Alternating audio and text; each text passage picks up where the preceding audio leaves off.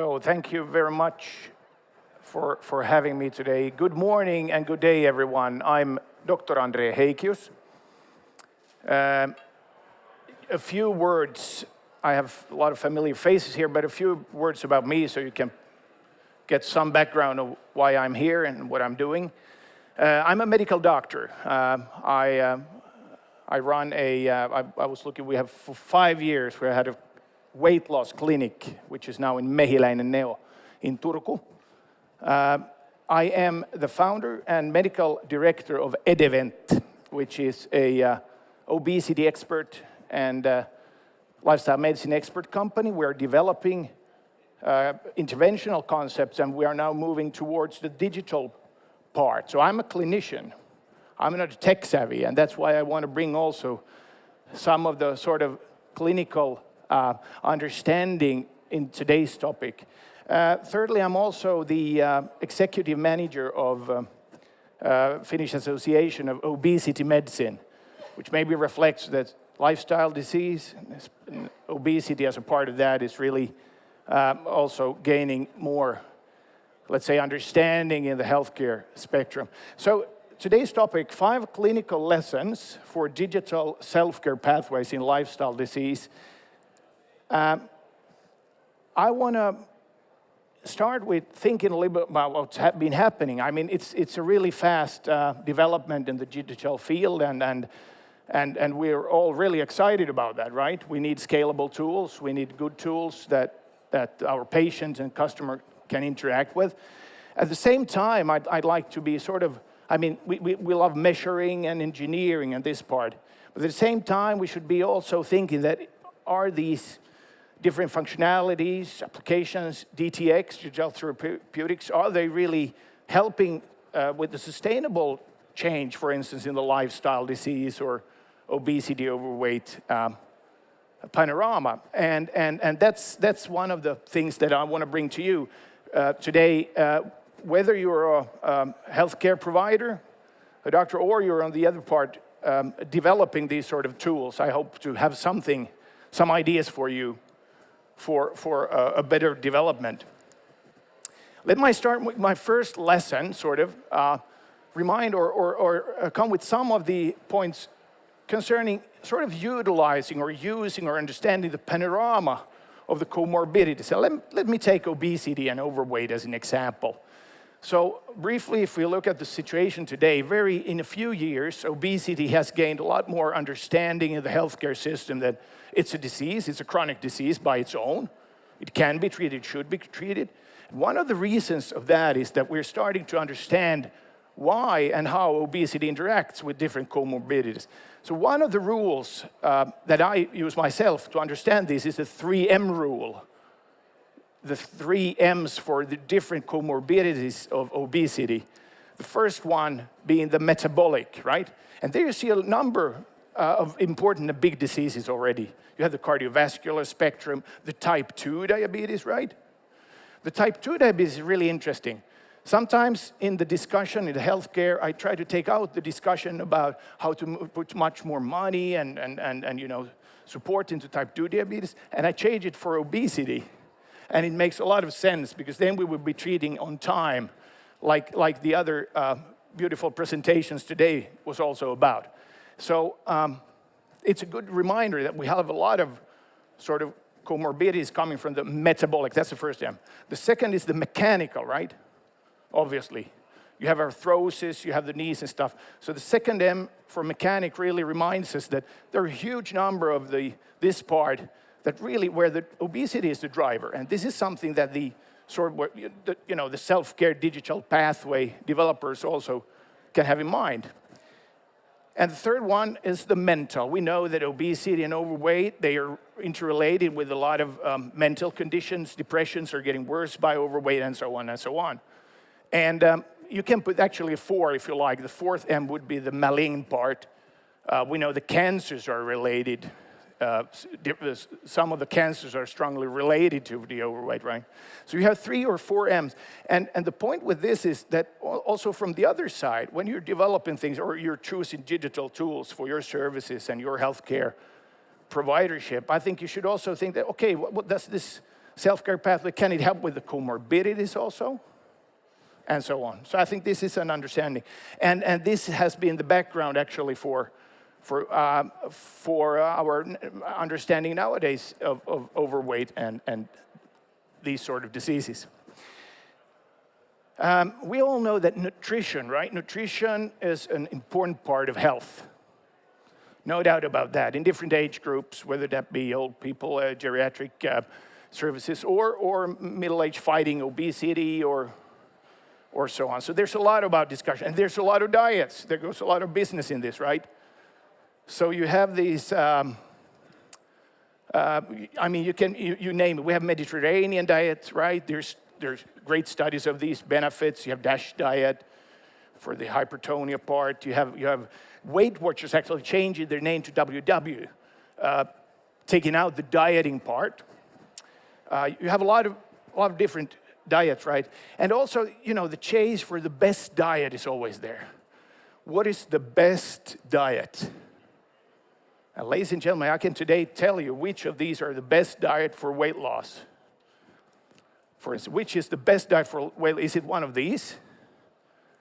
No, it's the one your patient will commit to. And this is no joke. This is really a really important implication, because when you really start thinking, we have a lot of data on that you cannot, with this understanding we have today, just pick a diet that would be so personalized that it would gain a lot of benefits. But instead, we have to understand that when the best results come from the diets where the patient is most committed.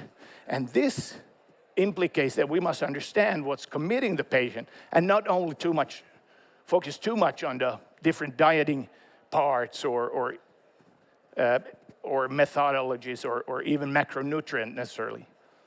Because, nutrition, there's so much more to eating than nutrition. It's a very social activity. Think about how, the little newborn kid from the start gets the security, the love, and the food in the same sort of situation and package. And there starts actually our relationship with food that can be very complicated, and therefore the emotional eating part comes into time. And I think this is something that the digital self-care pathways also should have a understanding of. Number 3, what I'd like to ask is about the really important things, because let's have a little broader look, right? Obesity has tripled during my lifetime. I was born in 1975, so in 44 years, it's been tripled in the Western countries, right? And the thing is, it's not our willpower, it's not the humanity's willpower that has sort of disappeared during the 40 years. No, it's what has happened is, of course, the environmental change, the obesogenic environmental, the way we work, the exploding amount of food and snacks and whatever, and of course our way of sedentary lifestyle and stuff like this. So actually, it's very much about helping the patient to navigate in this environment that can be unhealthy in many ways if we see lifestyle disease from a broader perspective. And that brings the question also that if the solutions or our interventions, if they don't understand or provide any tools for the patient or customer to understand their own situation, then we might end up really, really wrong. Or we do. We see that from many traditional interventions. So really understanding this personal situation, it's not about just genomics, which is important, or disease. As a doctor, I'm interested in what their, disease spectrum, but it's really about the environment. What does the everyday look like? Where does she go to work? How much rest does he get, and so on. And following this comes the psychological part, right? This is, and we had a really nice discussion also in the last presentation about the mental part, but the psychological part affects every one of us. That's actually, if we really think about what weight loss is, what is weight loss? What's the fuss about weight loss? It's really changing, it's behavior change, right? Of course, there's a lot of physiology, but it's behavior change that lies behind. It's how it works. So this is something that actually most of my patients on my clinic also need help in. That's why I started my clinic 5 years ago with a psychologist, Taja Vilenius at the time. So it's really increasing the patient's psychological skills. So is this sort of over-psychologizing things? You know, why is the focus here? But I'll just soon give you an example of that. The other important part is really to identify in their own everyday life, what's the problem for me? Where are my demands? Why did I gain 25 kilograms in 3 years or 40 kilograms in 30 years? What's happened and how do I relate to it? And let me give you just a brief example. We have something we call an eating chain, syömisketju.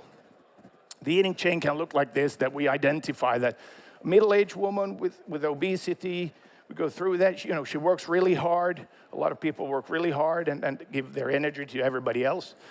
She's hungry when she goes to grocery shop. She buys those cookies. She loves them. She comes home. She's alone. She sits at the table.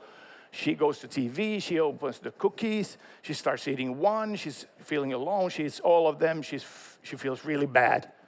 And everything starts over again. And next day she'll start dieting, right? And it repeats itself. The nice thing with this eating chain is that we can stop it at any of these steps and the outcome will be different, right? So these are the sort of, everyday life things that this psychology includes. Number 4, exercise is lovely, of course. And I mean, from a health perspective, at least, not all of us are marathon runners. I'm definitely not, and I'm having my own problems with exercising enough.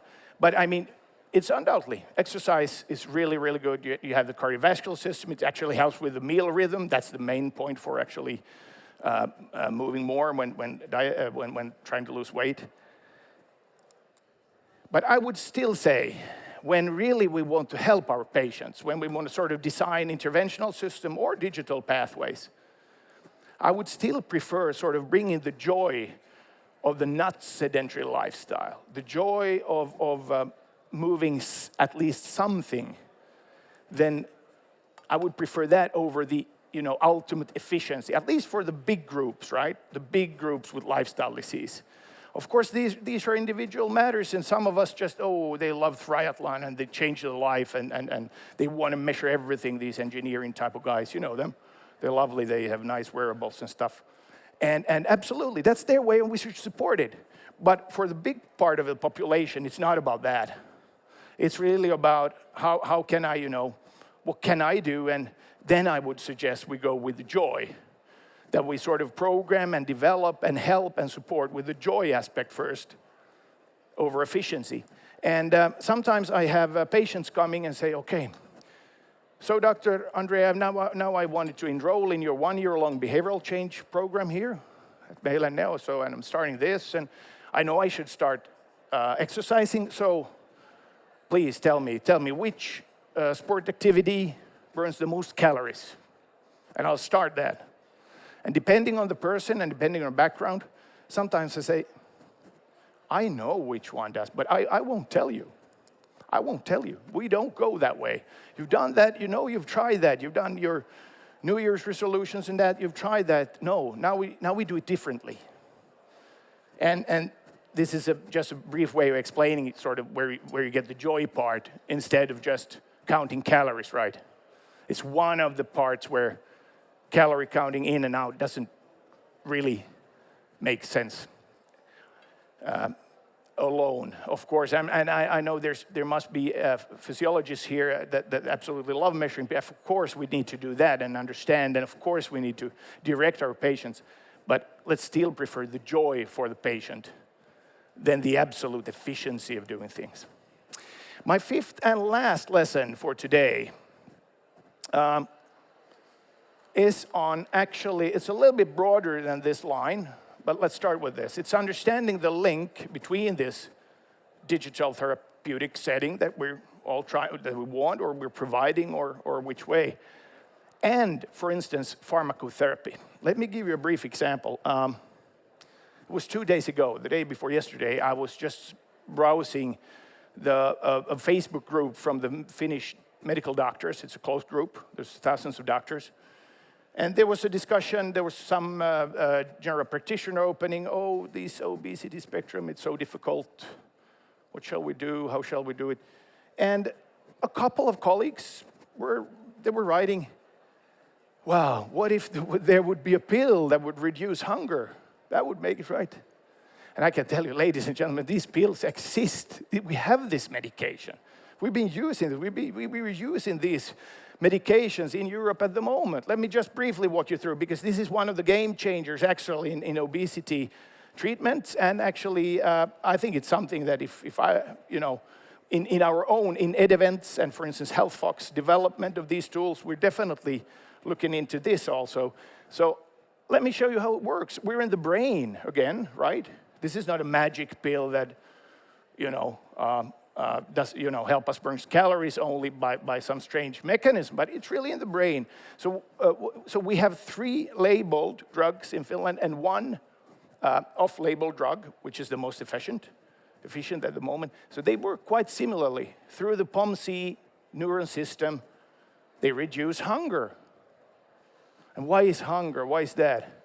Because if you're clinically working and you work with these patients, that it's the hunger that's driving them. It's the hunger that makes it really, really hard to change your lifestyle, right? So these sort of medications are good in 2 ways. In my opinion, they help people do these necessary little lifestyle changes, right? They're no miracle pills. And the other one is that with these sort of drugs, you can reduce other medications. You can reduce hypertension medication or diabetes medication. So that's why I don't, feel like this is medicalizing obesity or lifestyle disease. So for instance, patients say that, okay, I don't have so much, I don't have to think about this food. We know that obesity comes with more of these hunger receptors. That makes it really, really tough. That's, by the way, one of the reasons the consensus today is that this is a chronic disease. In Ireland, they even have campaigns that say, it's not your fault. I mean, they're in the healthcare system, they're promoting this idea that we have to change how we look on obesity, like a self-inflicted, no willpower disease, willpower situation. It's a disease, and this is one part of it. So I guess my point here is that if you're developing these sort of tools, please have in mind and stay on the game and understand what happens, because these are clinically working doctors, and we had these medications. And for the interested, if we move from results from a 5% spectrum in a group setting, for instance, in average, you can put 7, 8, 9% more with the medication. So long modificational programs with the medications, we see 15% weight loss, even 20% regularly. So it's not just, semantics. Sometimes your patients go into public. That can be good or bad, but this is just an anecdote. But I want to bring it for 2 reasons. This young lady, she enrolled to one of our 10 months programs, and she was actually one of those who were on this on the naltrexone bupropion drug treatment, and she, for instance, referred to this, that the hunger goes away. I don't need to eat so much, and I finally could get myself to do these changes I wanted. So. By the way, I'll end this with a small anecdote from this one, and that's, she mentions it in the article too, that she understood, she says here, that she needed to start her life changes because I was sitting, my doctor, sitting with her, and I told her about her liver enzyme, ALAT was high, and that sort of was her moment. So the funny thing, I would love to have here a story when I work with some nice digital tool with this young lady and we had this. But here is an example of a very traditional setting, me and her sitting looking at the paper, and she looks at her ALAT value and she starts her work. This just, I think, symbolizes that we have to be ready when our patients want the change, and definitely these sort of patients will have a lot of use of the digital therapeutic tools to come.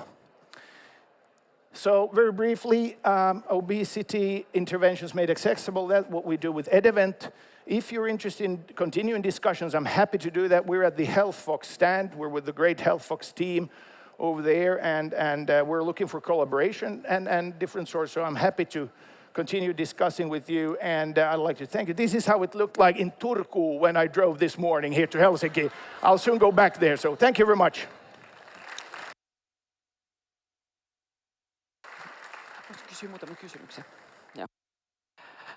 Well, thank you so much, André.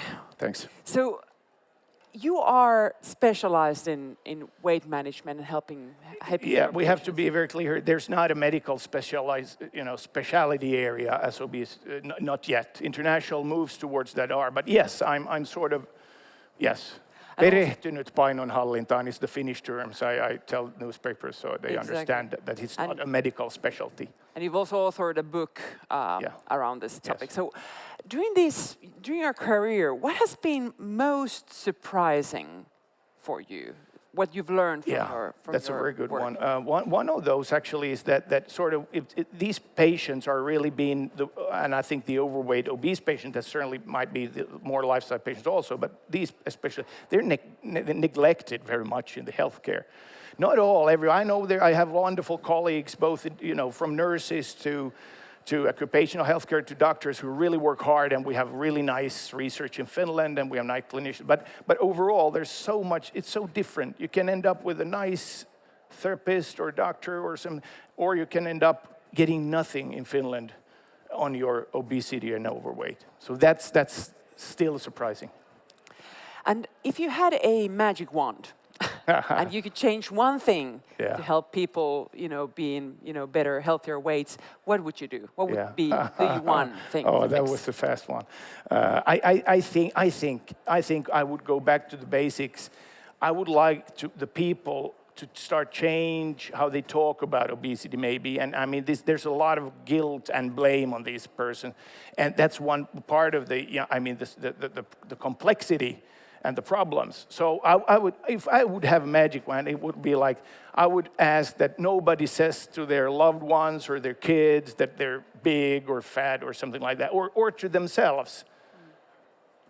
Some of my patients, they cry in the beginning of an appointment. They said, my mother told me how fat she was every Sunday when we went to market, and that's why I think I have problems too.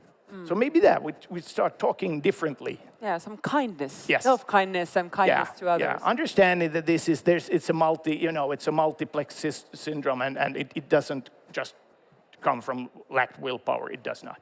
Yeah, thank you. Yes. Thank you so much, André. Let's give a Thank you. big round of applause.